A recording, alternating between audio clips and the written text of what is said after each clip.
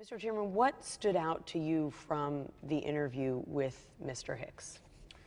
Well, first of all, his personal courage for coming forward. This is a career diplomat who was handpicked by Ambassador Stevens to be his deputy, who was the last person to hear from the ambassador when Ambassador Stevens said, "Greg, we're under attack."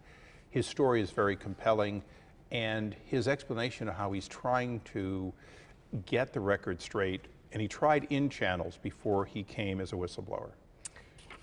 He says in his interview he never told anyone that there was a protest going on, and he was mystified by the fact that it made it into these talking points.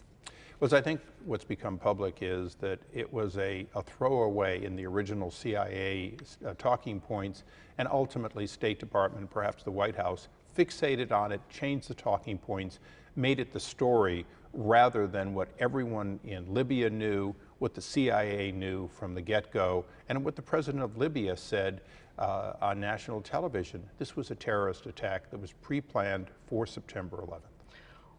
Why would the administration push a story about this being a protest rather than a terrorist attack? It could be politics of an election year. It could be a general want to believe that, that we're closer to the end of the war on terror than right in the middle of it.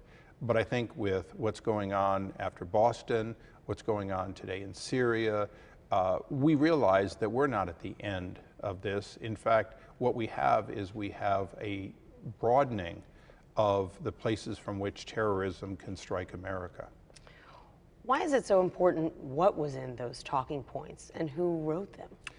Well, first of all, lying to the American people, deliberately premeditated lying to the American people, everyone knows is wrong. So when they say that it was to protect classified information, as Congress, we have an obligation to find out if that's true, because clearly the American public was deliberately misled. These talking points were changed, and when Secretary Clinton says, why does it matter? It matters because the truth matters, and the American people are entitled to the truth. Do you think the State Department was trying to cover up the fact that they had denied more security in Libya?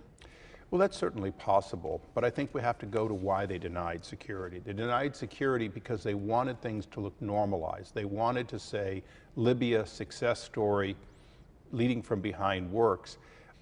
It didn't work. It wasn't safe. Ambassador Stevens, in his dying email to the administration, to the secretary, said, it's not a question of if, but when there will be an attack. That's the kind of message that they were covering up. Hicks says that there was a special unit that was right there in Tripoli that was ready to go to Benghazi, but they were told to stand down. Why?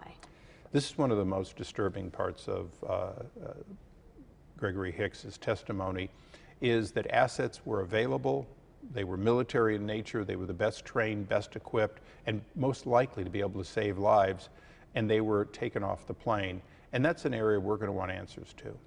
Are there people who you believe are still working at the State Department who should be disciplined?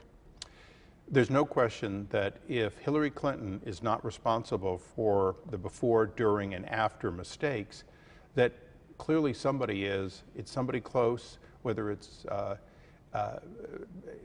Ambassador Kennedy, Beth Jones, or somebody else.